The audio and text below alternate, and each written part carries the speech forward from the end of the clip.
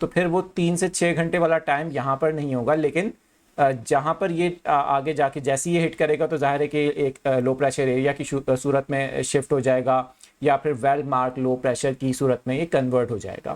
تو پھر یہ طوفان نہیں رہے گا، اور جیسے جیسے مزید آگے جا کے یہ کوسٹل بیلٹ کو یا ساحلی علاقوں کو ہٹ کرتا جائے گا تو یہ طوفان ختم ہو جائے گا. تو یہ اس کا لینڈ فال پروسیس رہے گا. ممکنہ طور پر 2 پاسبلٹیز میں نے آپ کے ساتھ یہاں پر شیئر کی ہیں. اب ظاہر ہے کہ آج رات کے بعد سے اور آج شام کے بعد سے صورتحال مزید واضح ہو جائے گی اور چیزیں سمجھ آنا شروع ہو جائیں گی کہ حتمی طور پر اس کا جو ڈیسٹینیشن ہے، اس کا ٹریک کہاں پر جاتا ہے، اور کیا جو پاسبلٹی نمبر 1 میں نے بتائی ہے یہ اس کے مطابق اس کا ٹریک آگے بڑھتا ہے، یا پھر پاسبلٹی نمبر 2 جس میں صرف یہ ٹچ کرے گا ساحلی پٹی کو اور پھر یہ رن آف کچھ کی طرف چلا جائے گا. اچھا، ایک چیز میں آپ کو اور بتا دوں، جس طرح سے ہم رات بھر کچھ مشاہدہ کرتے رہے ہیں صورتحال کا، تو اس میں یہ جو غیر معمولی تبدیلیاں ہیں اس کے ٹریک میں، اس کے باعث ہو سکتا ہے کہ اگر یہ طوفان مسلسل اگلے نیکسٹ 6 آورز کے اندر مزید شمال کی جانب یا پھر شمال مغرب کی جانب سفر کرتا ہے تو پھر یہ مزید کراچی کے نیئر آئے گا، اور اس صورتحال میں جو امپیکٹ ہے کراچی کی ساحلی پٹی پر وہ اس سے کچھ زائد ہو سکتا ہے، جو میں نے ابھی پریویس باتیں بتائی ہیں. اس میں ظاہر ہے کہ سمندر کی لہریں اونچی ہو سکتی ہیں، مزید بارش تھوڑی زائد ہو سکتی ہے، ہواؤں کی رفتار 70 سے 100 کلومیٹر پر آور کے حساب سے ہو سکتی ہے، اس سے زائد بھی ہو سکتی ہے کچھ آئسولیٹڈ ایریاز میں جو خاص طور پہ جنوبی علاقے ہیں. تو یہ چانس بھی موجود رہے گا. ظاہر ہے کہ حتمی طور پر ابھی بھی کوئی بات کہی نہیں جا سکتی. اس ٹرانسمیشن کے اندر مزید بھی اپڈیٹس آپ کے ساتھ آپ کو دیتے رہیں گے. اگر آپ پہلی بار ہمارے چینل پر آئے ہیں اور فیس بک پیج پر دیکھ رہے ہیں تو ابھی فالو کر کے سبسکرائب بھی کر لیں تاکہ آپ کو لیٹسٹ جو اپڈیٹس ہیں وہ ملتی رہیں گی. اور اب سے ذرا دیر میں کراچی کے ساحل سمندر سے بھی ہماری نشریات شروع ہوگی اور وہاں سے بھی پھر اپڈیٹس آپ کے ساتھ ہم شیئر کریں گے.